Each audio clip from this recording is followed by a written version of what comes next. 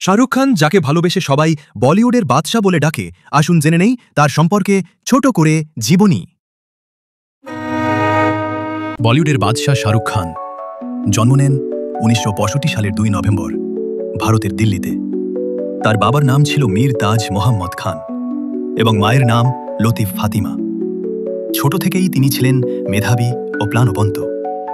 দিল্লির Saint Columbus স্কুলে পড়াশোনা করে পরে হংসরাজ কলেজ থেকে গ্র্যাজুয়েশন শেষ করেন এবং দিল্লি ইউনিভার্সিটি থেকে মাস্টার্সও করেন। তার অভিনয় যাত্রা শুরু হয় টেলিভিশনের ধারাবাহিক ফৌজি ও সার্কাসের মাধ্যমে। ১৯৯২ সালে সিনেমায় প্রথম পা রাখেন দিওয়ানা ছবির মাধ্যমে, আর সেখান থেকেই শুরু হয় তার রূপালী পর্দার রাজত্ব। তার বিখ্যাত সিনেমাগুলোর মধ্যে রয়েছে দিলওয়ালে দুলহানিয়া লে যায়েঙ্গে, চাক দে ইন্ডিয়া, মাই নেম ইজ খান, রইস, পাঠান ইত্যাদি।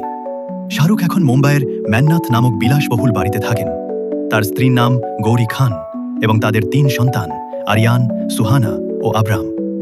তার আসন্ন ছবি ডন 3 এবং আরও একটি রহস্যময় প্রজেক্ট নিয়ে চর্চা চলছে ভক্তদের মধ্যে। শাহরুখ খানের আরেকটি নতুন মুভি আসতে চলেছে, তার নাম কিং। শোনা যাচ্ছে এই মুভিতে তার কন্যা সোহানা খান অভিনয় করবে। বন্ধুরা, ভিডিও কেমন লাগলো? এরকম আরও ভিডিওর জন্য প্লিজ লাইক, শেয়ার ও সাবস্ক্রাইব। আমার চ্যানেল আপনারা ভালো থাকবেন।